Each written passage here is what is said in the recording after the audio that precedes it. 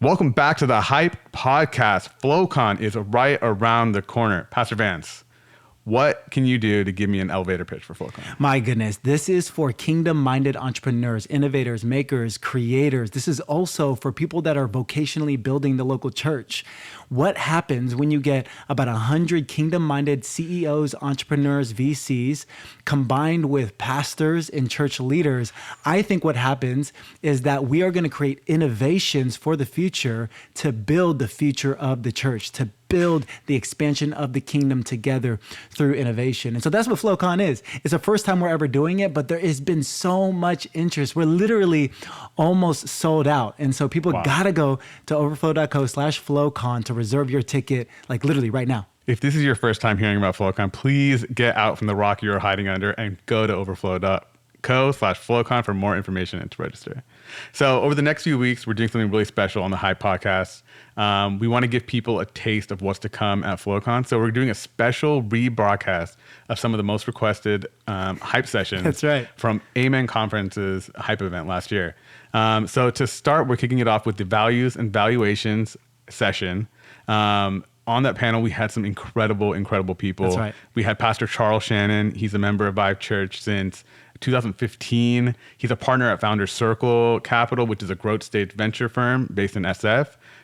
We had Chiwa Chen, co-founder and managing partner at Goodwater Capital. And then we had HiPod's very own Pastor Vance, co-founder and executive pastor at Vive Church, as everybody knows, and founder and CEO of Overflow. All of this was hosted by the HiPod OG, Katrina. Pastor Vance, tell us a little bit more about your expectations going into that panel and what you took away coming out of it. Yeah, it literally is the most requested, Hype podcast that we've ever done. Literally in the room, in the Hype House. That was special, huh? Yeah. We created incredible. a Hype House Yeah. in the parking lot of the church. And the first time we ever did it, and it was electric. Mm-hmm. I think I was most blown away by how front-footed people were in that session, leaning in. I was blown away by how many actual founders we attracted from all over the world. We had people literally in the room that flew in from Brazil, that flew in from Miami, that flew in from New York. Just hearing about what God is doing in the Silicon Valley through the Hype Network and through this Hype movement, if I could say it like that. Yeah. And, some of the best, right? I mean, Charles Shannon, not only does he serve in the local church here at Vive, but literally is one of the check writers into companies like Robinhood. Wow. Hello, somebody. Wow. And then you got our friend Chiwa, who literally has probably one of the fastest growing VC firms, comes previously from Kleiner Perkins. Kleiner Perkins, right? Wrote one of the first checks into companies like Facebook, right? So this is like people at the top of their game that love the Lord, that love Jesus. And that's what we called it, right? Values and valuations. We can be so focused on chasing this valuation that we forget that actually it's all rooted in kingdom principles. It's all rooted in values if it's going to sustain. If those valuations are going to sustain, it has to be rooted in values. And so I felt like in this session, we gave Silicon Valley insider knowledge. Yeah. I felt like we gave some insights, and it's been gated for this past year to just members only. By the way, if you want this exclusive content at the tip of your fingers, go to hypemembership.com and you can always have it. But we're unleashing it. We're unleashing it for the very first time. Yep. So we're really excited for the rebroadcast. Yeah, so whether you're an aspiring entrepreneur, a seasoned investor, or someone fascinated by the intersection of faith and finance, this episode is for you. So get ready to be inspired, informed, and perhaps even a little challenged as the episode explores what it truly means to build with values and aim for valuations that reflect more than just the bottom line. Let's dive in. Hey, I'm so glad that people come from all over the globe to be here in the Silicon Valley for Amen Conference and Hype Sessions. And I really want to just set a tone of prayer before we introduce the panel. So would you pray with me? Lord Jesus, we are so hungry for an acceleration. Lord, we want a deposit of wisdom. That's the appetite of our heart, Lord, that we can just get some knowledge today. And as we apply that knowledge, would it become wisdom in our lives? Lord, not just for us, but for others around us. Would you increase our sphere of influence? And Lord, I'm just so thankful that we get to be here in the room. Would you be blessed? Would you be glorified? In Jesus' name, amen. Amen. I want to make one mention before we get into the panel, and I'm so thankful for all the sponsors that we have here, the sponsors of Hype House today, and specifically this session, Vest Fund, who have been ultimately underlying this whole thing and underwriting everything Hype, and just such a belief in innovation, entrepreneurs, and founders. And we wanted to hear from a founder in particular, Michael Whittle. Could you bring up, let's welcome Michael Whittle. He's going to come up. Michael, who is the founder of Vast Media, and you've been invested in by Vest. First check in, and I just wanted you to kind of let everyone know, what does that feel like as a founder to get that investment? Like, I mean, that's a big vote of confidence when you get an investment in. But as a founder receiving that check, what does that feel like? Like you're not crazy. In some ways, right? There you go. Like this experiment that you've been working on in your head that somebody actually says, oh, this idea could actually maybe become a business. So that was huge. That was a huge first step for me. I remember when like getting the wire going, It's this here. is awesome. What have I done?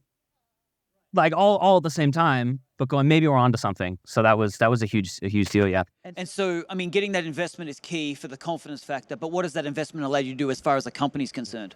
Yeah, I mean, what it allowed me to do was put all of my focus on this business. And I had been probably for the previous 12 months just gathering partners and people and all kinds of things. When this happened, I could just essentially make everything that I had been building happen. So it was like immediate execution, like starting day one. So that was huge. It was all about focus. And you guys have been scaling massively. You've been growing. We have, yeah. Expanding. And tomorrow night, you're actually doing a showcase. Is that correct? I am. Yeah, One of the showcase companies tomorrow night. So you're going to be able to hear more about Vast Media tomorrow night. But let's give it up for Michael. Let's give it up for Vest Fund. And appreciate them so much. All right. Where are we at? Let's bring up the panelists. Can we do that? Let's all the panelists come up. Katrina, would you come up? Yeah, give them a big hand as they take the stage. They get to be in the hot seats tonight. And as I said, get ready with some questions as we're kind of going through this evening, and we're going to make this incredible. But yeah, Katrina, you want to introduce the panelists? Oh, there's your mic.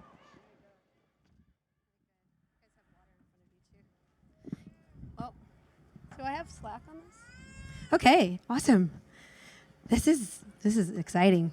Who ended up winning the AirTags? Who was it? Oh. I feel like that was easy. Why do you mean it was easy? They had to come 13 hours on Easy Spirit Airways. win. That's not easy. I don't even think Spirit has first class. I think they don't even have business class. So. Oh my gosh. Well, okay, we're going to just jump right into it. I know all of you have been really excited to come to this particular session. This one is called Values and Valuations. And so we've got an amazing panel here. And so just really excited to just jump in. So if that's okay, I'm just going to jump right in. We've set great context, great prayer. The Hype House has been vibing all day. So we're going to get into this. Is that okay? Awesome. So I'm going to do some introductions, but we've been talking off and on, like pretty much all day and over the last month about what this is going to be about. So jump in, cut me off, and so that way we can just be doing this together. I want to go through from my right and your left in the room. We're going to start with Charles. Yeah. So here, hold on. Let me bring it in because I want to make sure that you guys hear who they are. So I'm going to read a little bit of your bio. And then I'm going to have you talk about what you do. So, okay, Charles Shannon. You guys know, if you go to Mountain View campus, you know Charles Shannon is one of our kingdom builders. How long have you been at Vive? 2015. Okay, I thought you were going to say 20 years. I'm like, no. Yeah, I was here before Pastor Adam. No. Yeah. No, 2015. So, Charles, I know that you were in investment banking at Morgan Stanley before you were in the particular place that you're in now. You're going on 10 years now in that space of finance, right? Yep. And you're currently a partner at Founders Circle Capital. Yep. It's a venture firm based in San Francisco. I know there's a really great story there, but would you tell us really quick in about a minute, what is Founders Circle about? Oh, for sure. So Founder Circle is a late stage VC firm. So anyone seen the show Shark Tank? Okay. So we're Shark Tank, but just later. So you've been around a little bit longer. You scaled your company, and now you need to raise more money. Kind of we're at your growth stage. You figured everything out. And now you need to scale. That's where we come in. We got about $1 billion in AUM across 4 funds. Kind of cover anything that we can understand. So software, consumer, fintech, healthcare, you name it, we'll look at it. And we kind of write checks and What have invest. you invested into? Lots of companies. Companies like Robinhood, UiPath, Databricks, Ebates, Pinterest, you name it. We've kind of invested in them. Awesome. Okay, I'm going to give you a pro tip. As you hear these bios and them talking about this, it's a great time to already start to think about what questions you're going to have. Write down your questions, get them ready, and then also get ready to connect with them. Look for them on LinkedIn and just start to connect, right? Okay, great. All right, so then we've got Chiwa Chen right here on, again, my right. Chiwa is the co-founder and managing partner at Goodwater Capital, the largest consumer tech-focused VC firm in the world. Goodwater manages over $3 billion of committed capital. It's exciting. Supports a family of over 600 seed, venture, and growth stage startups spanning 51 countries. You want to talk about Goodwater real quick? I know, that's so awesome. Talk about Goodwater. So we started this firm almost 10 years ago, 9.5 years ago, with a really simple idea, which is that consumer technology is the most powerful force on earth. It's shaping global culture and transforming the global economy in really unprecedented ways. Like, think about everything you hold in your hands and all the apps that you use every single day. None of that existed 15 years ago. It's crazy to think about that, right? And so we built a dedicated firm that is enabling entrepreneurs all the way from seed stage. We've got 700 seed stage companies through to growth stage companies. We'll write a $150 million check to help you get through to that last stage as you're getting ready to go public. And these companies, they really build the digital infrastructure for 7 key categories: housing, healthcare, food, financial services, transportation, education, and entertainment. And those 7 categories are the categories of human flourishing, right? If you don't have housing and healthcare, you're in a pretty bad spot. You don't have food, you're probably not alive. If you don't have transportation, education, you're not accessing opportunity around you. If you don't have entertainment, it's kind of boring. So that's what we do, and we do it globally. So that portfolio is in 50 countries around the world. Yeah, awesome. And you're a Stanford alum, aren't you? I am. Yeah, so it's okay, awesome. Just pouring back into the area here. All right, so then we've got Pastor Vance Roush to my right. Awesome. Pastor Vance is the founder and CEO of Overflow and on mission to inspire the world to give. Specifically, Overflow unlocks unprecedented levels of generosity by empowering nonprofit, foundations, and corporations to accept non-cash assets like stocks and crypto with ease. 90% of wealth is non-cash assets, and orgs are mainly fundraising for cash. I'm going to let you talk about Overflow. I know some people are familiar with it, but let's familiarize everybody with Overflow. Yeah. So we're a fintech platform aimed at inspiring the world to give. It's built on the biblical proverb, Proverbs 11:24, the world of the generous gets larger and larger. So we have a conviction that if that's true, if we believe what the Bible says, why would we not want to inspire every single human being on the planet to be generous? And so we want to build an iconic company that does this through financial technology. So exciting. Okay, awesome. And you probably saw Pastor Vance also on the Hype Pod earlier. If you want to hear, he's going to be doing another panel with us tomorrow on the future of money. So you can get those questions and save those for then and come back tomorrow. So it's going to be really great. Awesome. So let's get into it. I know everybody's come ready to ask some questions, but I've got my timer clock going down so we can just get this going. So we're talking about values and valuations. What we want to give the room today, as we talked about earlier, is just some tools. I want to know from you guys, both from the investing and the founder perspective, what are we looking for when you're looking for a company to invest in? So give us the goods. Let's start there, and then I'll cut in if that's okay. We should start with Charles because I've been asking for money for 3 years. Yeah, go for it. And so I want to hear the answer. Yes. Actually. Okay. So Charles, you start. Absolutely. And that's a true statement. Have you given him any yet? Not yet. You're gonna do the first check. Remember, No, you're, you gotta you're earlier. explain. No, you're earlier. and then as this is how this What works. does Vance have to do to earn a check from Founder Circle Capital? Exactly. He needs to get money from Chiwa. If you're taking notes, I use the 6 M's. The 6 M's. Okay. So first M is market. You gotta have a big market. And if you don't have a big market, then you're not going to get a third-party funder interested in investing in your company, because remember, they're going to have a small percentage of ownership, and so the market has to be big enough. So first one is market. Second one is management.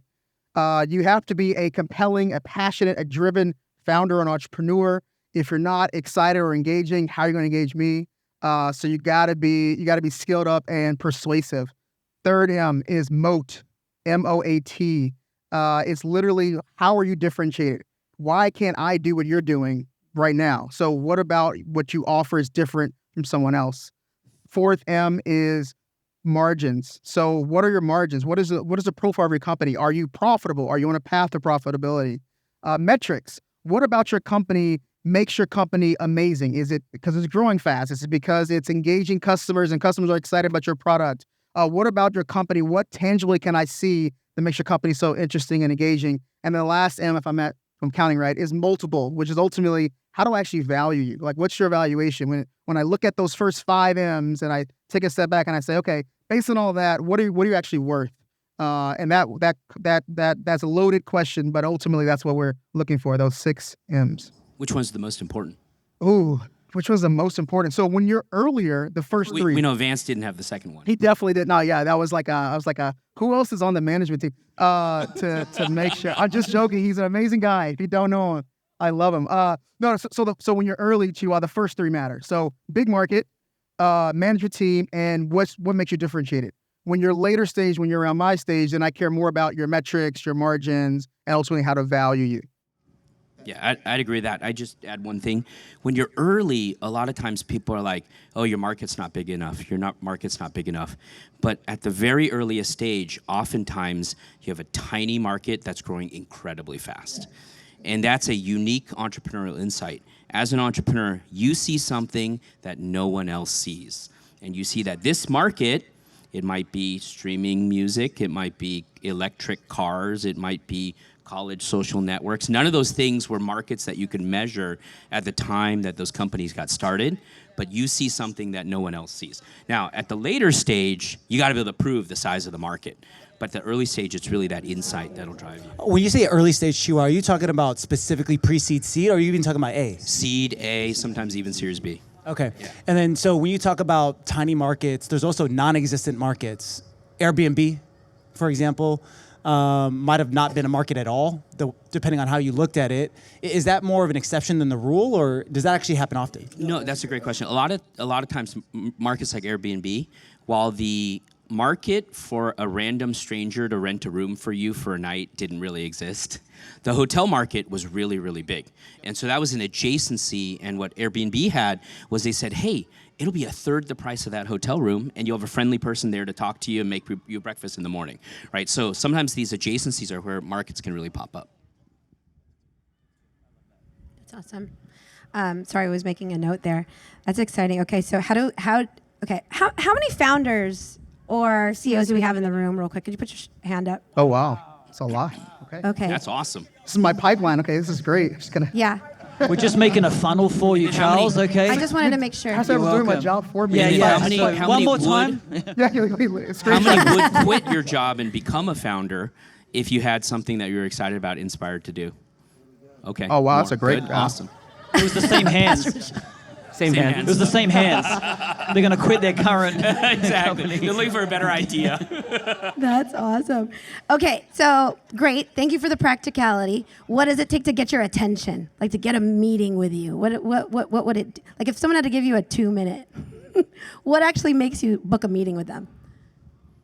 So we're kind of unique, and this may not be true for every venture firm, but we generally, most venture capitalists will say to get a meeting with a VC, you need a warm intro. Hey, that's what I was gonna say. Oh, okay. All right. So if you want to meet Charles, you need to be here and come up and talk to him afterwards.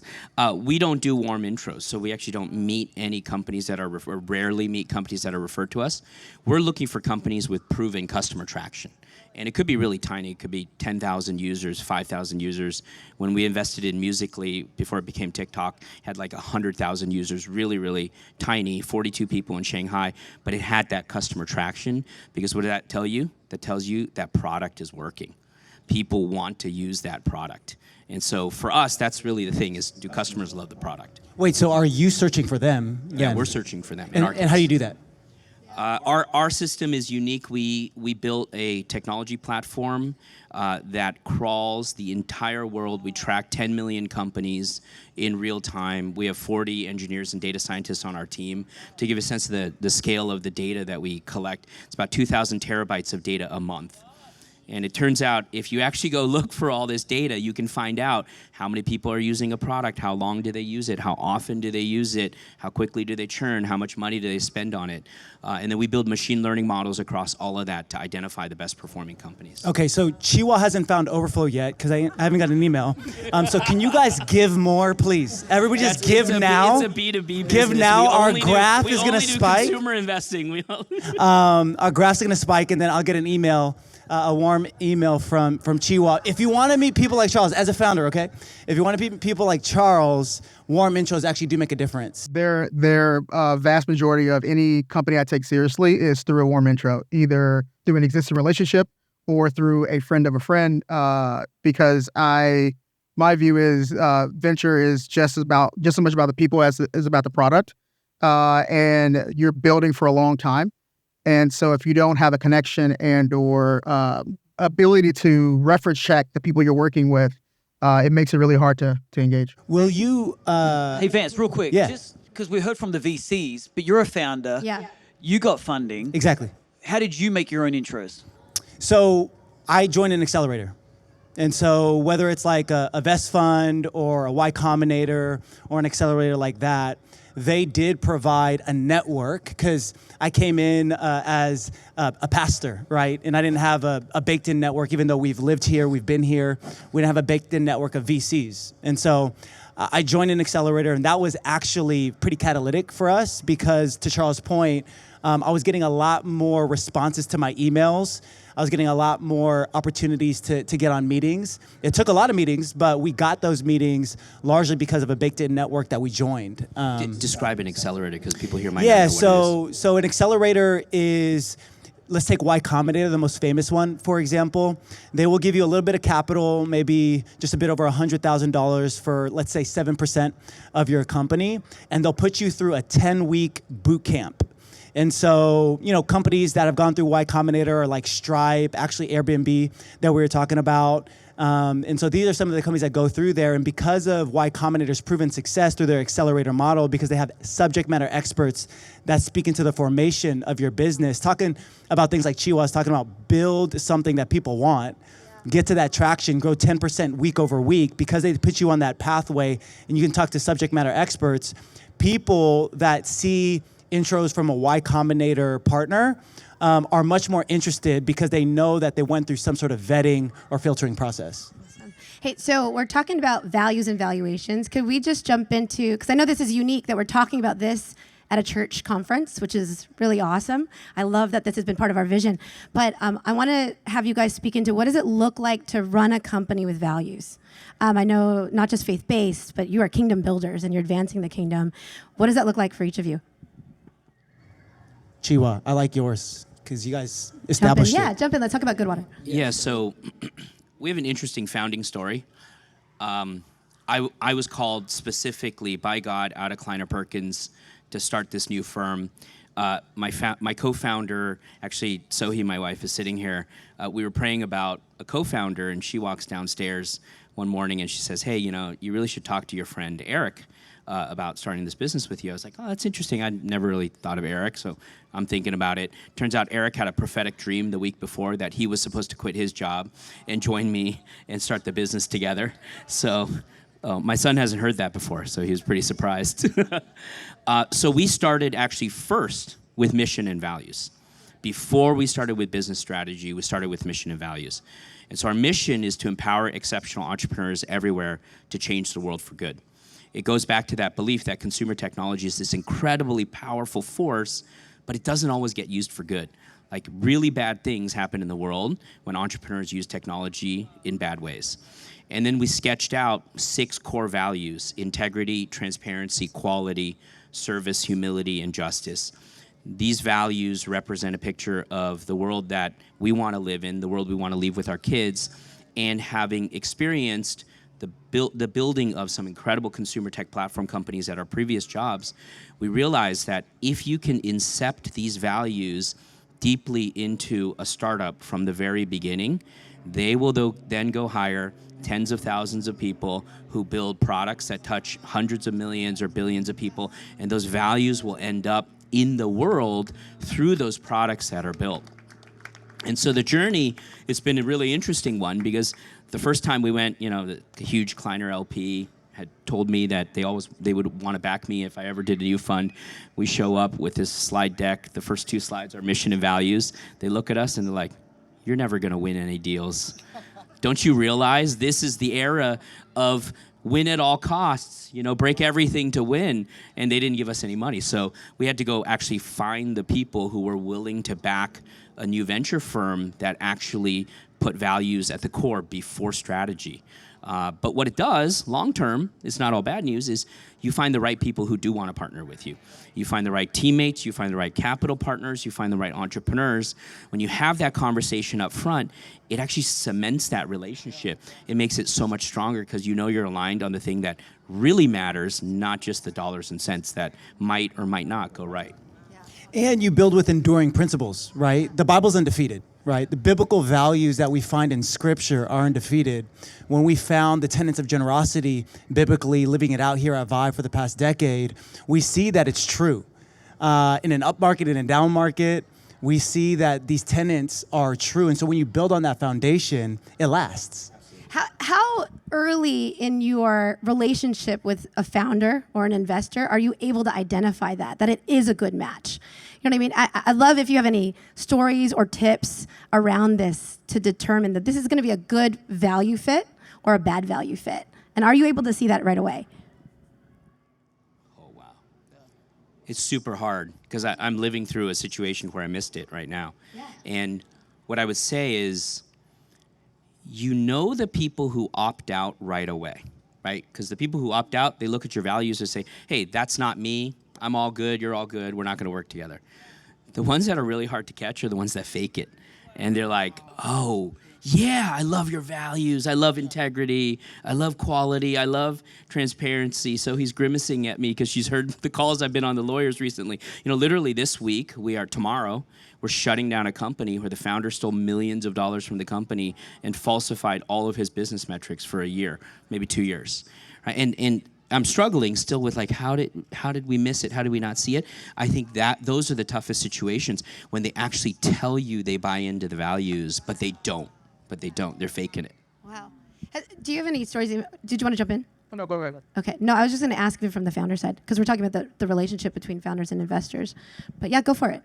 No, I was just going to say, just to piggyback off of that, it is incredibly difficult. Not only, and it's because a lot of times you have to make a decision so quickly, right? And so ideally, you'd be able to meet and spend time with the founder for months or years, or years is way too long, but enough time to really assess what's going on. And again, just like VC are salespeople, so are founders.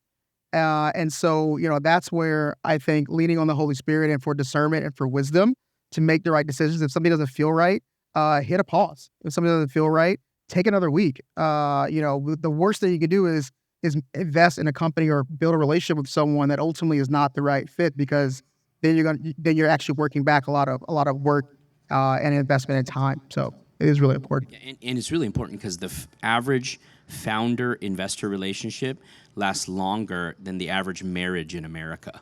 So it's like getting married, and these processes, they run really fast. You wouldn't think about doing a two-week roadshow to decide who you're going to marry, right? But that happens in a Series A all the time. So you're talking about that length of relationship. We heard from the VC side, the values that you have. Maybe I'm just kind of leaning into the founders here. You can take money from anyone. What's the value in them selecting the right investors from a founder's perspective? Instead of just taking money, is there certain money they should be looking for?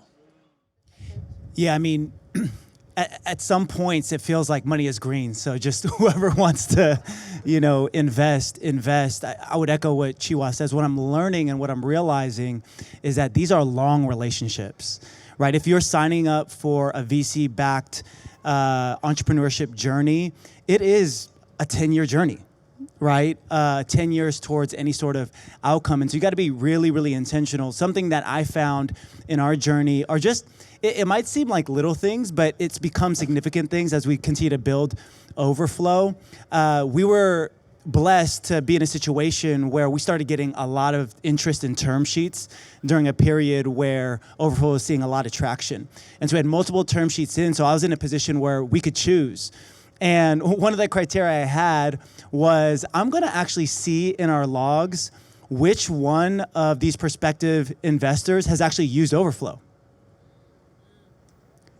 And in our seed round, there's only one person that did it, that actually donated through Overflow to a charitable cause that he was passionate about. And I was like, you can't, if we're inspiring the world to give, and I'm gonna invite an investor to be part of this journey, we can't take people anywhere we haven't been ourselves. And so the authenticity of him actually using the platform, having feedback about the product, I was like, cool, this is at least, not a believer, but this is something I could build a foundation on. He passionate about giving himself. He'll use the platform himself, and it's been working out really well. Hey, for the founders of the future founders in the room, can you talk about what a good pitch and a bad pitch looks like? Yeah. A good pitch has me wanting to turn the page before they get to it. A good pitch is short. A good pitch is leaving time for me to actually ask questions. And more than that, it's actually a conversation. Because we're talking about relationships, right? So if we're actually building a relationship, I need to be able to be in a position where I can actually ask questions, get information. We can learn from each other because it's not always a one-way street, right? It's very much a mutual relationship. And so if I'm in a pitch where I can't get a word in because the person's like, oh, well, let me finish my next slide or whatever, then that's a big red flag for me. So Series B, you got to really know your numbers. Early stage, seed, even a little bit of Series A. One question that you'll focus a lot of time on is, why are you doing this? What's your why? And they really want to understand the origin of the founder, the origin of the idea, what you're passionate about. Because this is a journey that you got to be really, really resilient, and you got to have a really strong why. And it's not just why, but it's also why now. Why are you building? Talk about that. What do you mean by that? There's so many examples of businesses that were started too late or started too early. So it's not just why in terms of why are you doing it, but why does this business make sense now in the context of the macro, the market, and all that kind of good stuff. It's What's why a now. good example of that, where they had a really good why now? Actually, the biggest one is Airbnb is one example, which is literally people wanted other opportunities to rent, but they wanted a better price point. And so, there's a bunch of examples where it literally matters more about why does this make sense for you to raise outside capital to actually scale this company to solve this problem. And so a great why now is you can also show me a huge problem that affects a lot of people, both domestically or internationally. That also is a good example for me to see, okay, yeah, that's definitely, this needs to be solved now. Yeah, I've got a good one for you. So I think a great pitch has a very unique insight associated with it. Because if you put yourself in the seat of the investor might be hearing 20, 50, 100 pitches a week. And that investor is just kind of churning through it, flipping through decks, right? But there's something that's going to stop that person and it's going to make them realize there's a unique insight here. So in the Why Now camp, remember when I first met Daniel Ek, when he was running Spotify, a couple 100,000 subscribers. The way he articulated the Why Now was so amazing. He said, I'm sitting in Sweden, I have plenty of money, and I want to buy music, but I cannot buy the music that I want because the iTunes store was not available in Sweden. And then I go on BitTorrent to steal the music, and I get all these files, and they're all crap because the music labels had started to pollute BitTorrent with bad music, but named it the name of the actual song. So that's the reason why now, right? If it had been 3 years earlier, BitTorrent would have been a perfectly easy way to get music in Scandinavia. If it had been 3 years later, the iTunes store would have been available there. And so he sat there, he was so frustrated, and he's like, I gotta solve this problem right now because I am willing to spend $10 or $20 a month to pay for unlimited music, but there's no way for me to get it. And here's where magic moments happen, when a big problem meets a tectonic platform shift, right? And so think like Lyft or Uber, A big why now is GPS-enabled phones that everybody has, right? That business literally could not exist without that specific why now. And so when there's tectonic platform shifts that meet a big problem, then you have something that can be really magic. Yeah, I think we want to go to questions in the room. We do want to go to questions. Yeah. So if you've got questions, I'm going to roam around and ask. I did want to ask a question, though, about from the investor's point of view, when you're looking at a founder, what is the level of expertise you expect a founder to have? I mean, we've just been talking about problems, their passion, their vision, but I mean, they have to have expertise. How do you measure that? They should And if know, you have questions, just raise your hand. I'll come to you while they answer this. In my opinion, they should know more about this problem and how to solve this problem than anyone else. Right. And they might not know more about the problem. There might be somebody who is more academically inclined that understands the problem better. They might not be able to solve it better than anyone else. There might be a very technical person who's able to solve it better than anyone else. It's the coupling, it's the integration of those two, which is understanding the problem and how to solve it in a unique way better than anyone else. Yeah, if I'm asking more detailed questions and the founder's able to answer, then that's like, okay, because my job is to invest and then go invest in another company and let them build and scale. And so they don't have the expertise to run the company by themselves. That's not my job. My job is not to run the company. My job is to provide governance, insight, capital, and then let them do their thing. I love that. All right, we would have found a question over here. Hi, my name is Jackie, and my question is, when you can think about a presentation or a pitch deck, what was in that deck, that special deck that stood out to you, something special that we can think about? Like a memorable one that they've seen. Okay, what has been the most memorable pitch deck that you thought, that got me? That thing got me. Decks that actually have very little words. So A lot of pictures. So you're a picture person. Charles wants a picture book. I love it. VCs are not that smart, so. We're not that smart. Things have to stick quick. And so if I have to read, 2-3 lines, I'm done. I mean, I'm flipping to the next thing because I'm looking at hundreds. I need to get to the answer quickly. And so if I see a lot of words, it's a lot of white noise. I can't assess that. What that tells me is that that person can't boil down what the problem, what they're doing succinctly and punchy. And that's going to be a problem when they go sell to customers, when they go try to hire their next key person. And so for me, that's actually the first test is your deck busy? Is it tight? Is it clean? Is there viewed a little, zero grammatical errors? Like that for me is a huge litmus test in terms of who I'm actually going to be meeting with or dealing with. There's usually one thing that you look at it and you're like, that's not possible, or that sounds like magic. And that's what you really key in on. Like this Korean financial services company that we backed, it's the Venmo of Korea, basically. And what the founder explained is it takes 35 clicks, and you have to enter your name and password 3 times, and you have to answer the phone and pick up a call for any transfer greater than $20 US. And we turned it into 3 clicks. So at that moment, you're like, wait, that sounds like magic. That's not possible. How do you do that? And that's when you really lean in and you realize, wow, this is going to completely disrupt the way that all these people used to do this money transfer thing and make it much simpler. So you're looking for the magic moment. Yeah. Sounds It's like the sounds like first time Disneyland. you It's held amazing. an iPhone and you like pinched or like you swiped and it moved. You're like, whoa, this is totally different from my Nokia. Actually, y'all are too young. You didn't have Nokia. They are too young. Yeah. No, I play Snake. This is different from my BlackBerry. I had a BlackBerry, Yeah. I had a Vance's first iPhone was like the iPhone 6. Exactly. For sure. I have 4 kids, Chihuahua. Come on. That's right. You got 4. All right, we got another question, Another guys. question over Jump here, on up. guys. Hi, my name is Joshua. When it comes to leadership, what are, in your opinion, one of the most important leadership qualities to possess that maybe you try to look for when a founder is looking for an investment? Oh, that's good. What leadership qualities are you looking for? That's a really good one. Humility. Because as a founder, your job is to fail over and over and over again and learn from it and get up and be able to tell the team around you, hey, we failed, but we're going to do this again, and here's what we learned from it. Here's how we're going to proceed together. If you're arrogant as a founder, like in good times, like we went through not too long ago, and everything's going up and to the right, it's fine. Like as an arrogant founder, people just throw money at you. But in hard times when you actually have to go through it, being a humble founder matters a lot. Strong convictions, loosely held. So sometimes I may have insights that can help, but sometimes I'm wrong.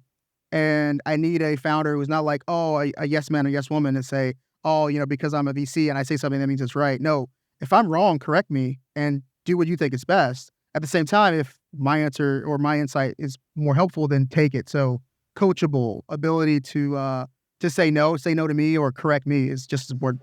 Oh, that's so good. All right, I'm up the back here behind the Hype team. All right, and we've got a question about AI and investments. Hi guys, I was just wondering, great session by the way, I was just wondering what role you think AI is going to play in this relationship between VCs and founders, and also practical advice, what kind of tools exist today that could help people looking to make pitch decks to present to you guys? There you go. I don't know who that's for. I feel like that's right up Chiwa's alley, right up Vance's alley. Well, I mean, I would say that AI, I believe, is the next tectonic platform shift. So the last one, if it was mobile and smartphones being on everybody's hand, I believe that AI is actually going to be even more than that. Think about this, right? So there's a little bit of a nervousness with people that it's going to displace a bunch of jobs. But maybe those are jobs we don't want to do anyways.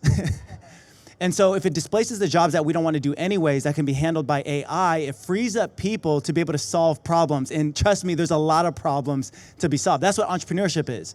And so that problem that you wanted to solve where you were like, man, I wish I had an app for that, or I wish I had a piece of software for that, you're going to be able to prompt in 2 years ChatGPT, and it's going to create that app for you in 30 minutes. Right, and so you're going to see this proliferation of entrepreneurship because of AI, and I believe that's one of the platform tectonic shifts. I would say that, in terms of the deck, it needs to be clean. It has to have not many grammatical errors. It has to be excellent. But ultimately, going back to what we were saying earlier, for investors like Charles specifically, that warm intro goes a long way. Right, and so building your network, being able to have conversations with other builders, with other founders in their portfolio, getting conviction from the community, and getting those intros will help a ton in addition to a good deck. Yeah, I don't know who this is for, but don't focus too much on building the product or what you're doing that you're not building relationships. Because your product can only take you so far.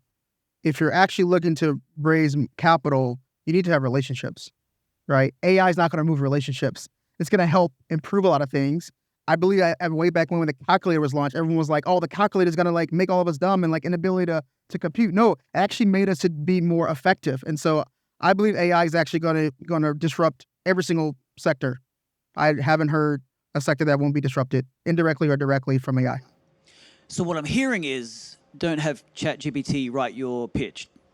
Got you. Okay. We've got another question. I'll hold it. Oh, okay. You come to me. Okay, sorry about that. Thank you all so much for all this wisdom. This question is actually for the investors. I want to know, what are some major red flags that you run into when people are pitching you? And I'm not talking about character flaws in the founders, but what are some red flags in the ideas? What are some things that make you think I never want to invest in this? This is a dumb idea. I want nothing to do with it. Great question. So going back to the 6 M's, if they can't explain the market, or the market's tiny, then it's not worth my time. If the management team doesn't have expertise, then that's a red flag. Literally just go down. If what they're building, the person next to them is building the exact same thing, that better, faster, cheaper, that's the moat. Literally, I just go through the 6 M's, and if they don't cross the checks, then I don't get down to investing or spending more time. Yeah, if your solution is just a little bit better than the other one, then that's not going to get you very far. And the way you know that's the case is if you find yourself comparing yourself to others in an incremental way. So as you're preparing that pitch deck, you think, well, this is 5% better than this other thing. That's not good enough. It's got to be 10x better, or it has to be something completely transformational. This is so stinking good, by the way. This is great stuff. These are good questions. That's why it's good. Daniel, stand up. If you got a question, man, come on. I'm sorry about it. So my question is, I'm not American. Lots of people are not American here with very good companies. and that have success in their own countries. What is the key thing that you look at those companies that want to be global ones? Chiwa.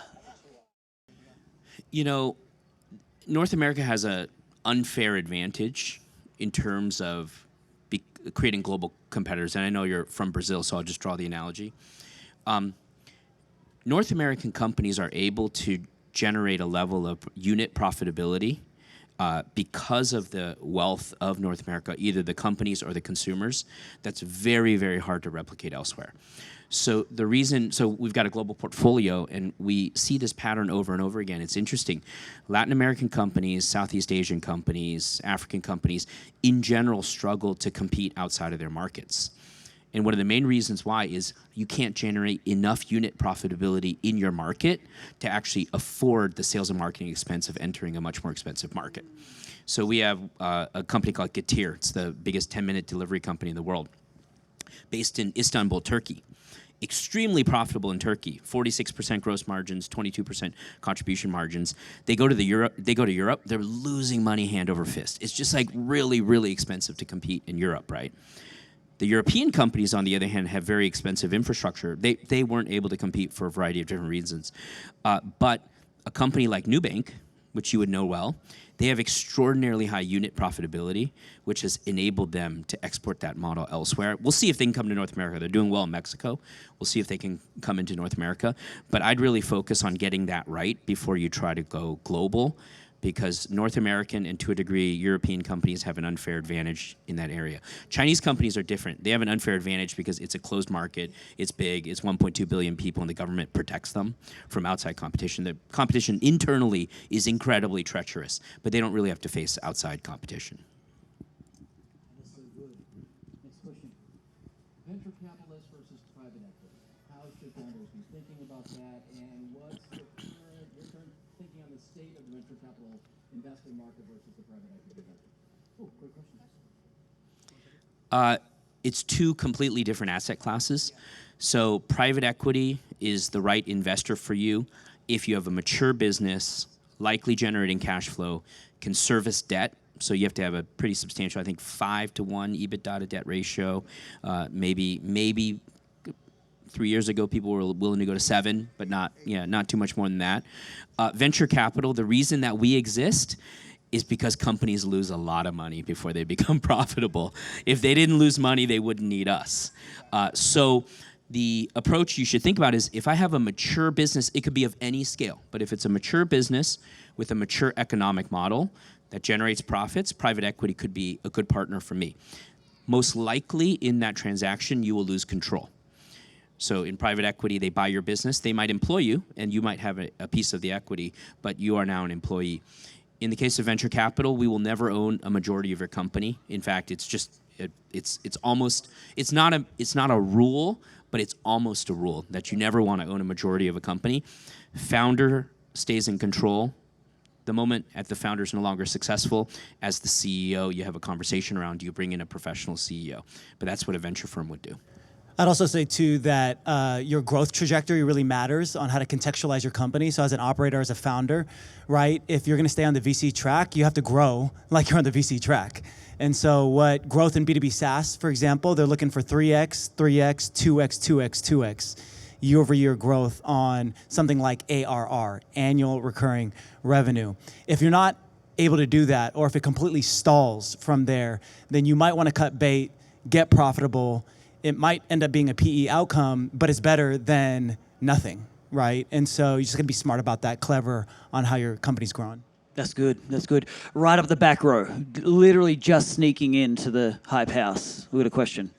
Hi. Can you talk about a company of yours that achieved escape velocity in terms of the funding process, where they went from knocking on every door and people said no, to not having to knock on any doors and funders were actually coming for them?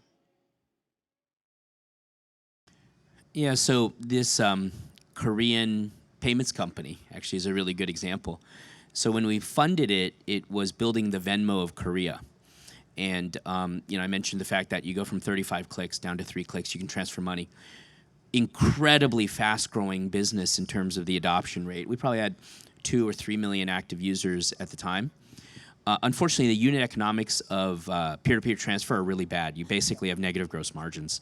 So we took it up and down Sand Hill Road to every, I by that point probably spent 15 years, doing venture capital investing. To every venture capitalist we knew, including our old firms, nobody would even take a meeting.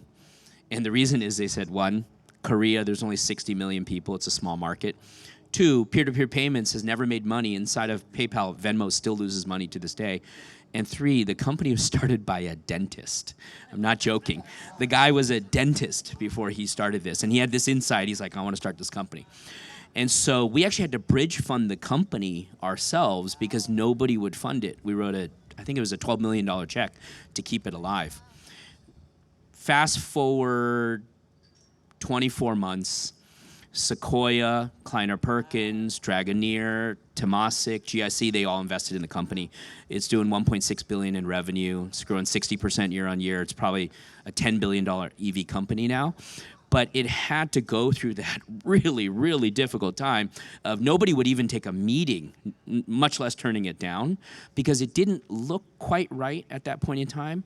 But the founder, SG, he had this unique insight. He realized the thing people do the most in financial services is pay each other. And so if you have that engagement, you can attach a whole bunch of other services to that over time, and that eventually grew. Is that still just in Korea? Right, Korea and Vietnam. Yeah. Sounds like an open market to me. All right, next question. Is there a magic number to the number of founders and the dynamic they take on as the company grows? You mean how many people are starting the company together? I would say Co-founder relationships. Yeah, I would say it's more focused on what are their roles, like what is their day-to-day. So do you have a technical founder as a CTO? Do you have a person running the company, CEO? Do you have a person running the operations of the company, COO? So it's more about, are there defined roles in what people are doing, less so about the number of people who are founders. I would say there's a disproportionate bias towards somebody that has a co-founder, though. With certain firms, not all firms, but many firms bias towards, 2 or 3 co-founders. Do you guys have to, when you go into the relationship with the founder, do you have to like all the founders? Do you have to like them personally? Just like. That's a bigger relationship than the VC founder relationship. Yeah. I'm just curious. Wait, do the co-founders have to like each other? No, that's generally from good. the investor side. From the investor side, because you just mentioned how you've got this long-term relationship. Like, do you have to believe in every single one of those founders? Not as much. Okay. The VC Just curious. the VC CEO relationship tends to be the one that is the most intense. There might be other co-founders on the table. It'd be nice if the co-founders all liked each other, though. Yes. That'd be a good thing. It's not always the case. Got it. Yeah, how often are you barbecuing with your founders, your portfolio Not enough, companies? not enough. Right. Okay, we've got a question over here. Hi there, guys. My name's Claire. Thanks so much for being here. It actually was already asked, but I wanted to reiterate it because I was very curious. So given SVB collapse, everything that we're going through right now, can you just speak to the venture capitalist mindset market perspective right now and how you guys are thinking about that? Great question. So I'll start for at least at our firm. We raised our fund right kind of before the whole craziness. And so at least from our perspective, there's still a great opportunity to invest. So we have a lot of money to put to work. And so we're excited and we're showing up. What's happening right now is that there's still a disconnect, a bid ask between where founders think the company should be valued versus what the actual valuation should be for a company, specifically from where I sit as a growth stage investor, meaning I'm focusing on the public markets when I underwrite companies and ascribe a valuation.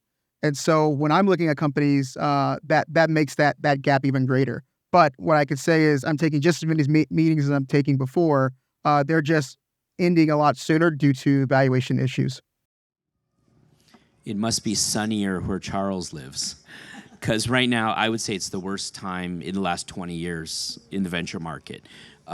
Companies, and I don't mean that what you're saying is not true, but the issue that I think generally the entire ecosystem is going through is like really bad indigestion. It's like you eat a huge meal that included a lot of stuff that you shouldn't have eaten, and you drank a lot. And then you wake up the next day, you're like, I'm not going to feel right for a little while here. And I think that's what's really going on in the startup ecosystem, because companies got so used to two twin tailwinds that really helped them. The first was zero interest rates. Zero interest rates makes everything look more valuable because your discount rate is zero. And then the second was COVID. COVID generally was a tailwind for all digital businesses. When you simultaneously take those two away, there's just a readjustment period. I think we're 6 quarters into it. We're probably 2 to 4 quarters away from being through it. But this feels a lot like kind of 2001 through 2005 type vibes in terms of the readjustment. Very cool. Matt Potter, folks, CEO of Pray.com. Got a question? Founder of Pray.com, not CEO, but thank you very much. You just got promoted. I just got promoted live. We never always get it right. So what are some of the companies that you passed on that were super successful? And then how did you tune your systems for those companies that you missed? For us, we passed on Stripe at $1 billion, and then $2 billion, and then $4 billion, and then $10 billion, because the margin profile was so small. And us as a firm, we hadn't built a framework for understanding fintech companies, which typically have very different margin profiles. And so I put my hand up a few years ago to say, hey, we keep getting this wrong. Let's change this. And so that allowed us to underwrite differently and better for specific markets. And so I think that's key, is when you're spending time in a market, you understand the dynamics of that market, not only in terms of the company, but also the broader macro environment. How much time do you have, Matt? I've got a long list. Give us one. All right, one story. Oh man, it's so painful. Too many stories. I had Travis Kalanick in my office, and I was stupidly trying to recruit him to join Kleiner Perkins as an investing partner. It was really clear Travis had no interest in being a venture capitalist, but he was just, he's a very interested guy. He likes to learn. So he's peppering me with questions, and I was like trying to convince him, you should come be a VC. And at the end of the meeting, we walk out, and I said, okay, clearly you're just not interested in this. What are you excited about these days? And he pulls out his phone and he says, oh, Garrett and I are working on this cool little app. You push this button and a black car will come and show up and, come pick you up. I was like, oh, that's like really cool. Like there's 7 people who might use that thing, And he said, hey, you can invest $250,000 at a 6 million post. And I recently saw a blog post on Twitter that said the people who invested $250,000 at a 6 million post made $1.2 billion at the IPO. So that's my one of several that got away, but that one really hurts. On that note. What a note. Ending on the high note, Adam? Yes, real high note. That actually makes us all feel better, actually. To be honest. Doesn't that make us feel better? Even come on, can we give it up for this panel? My goodness, so special. Thank you, guys.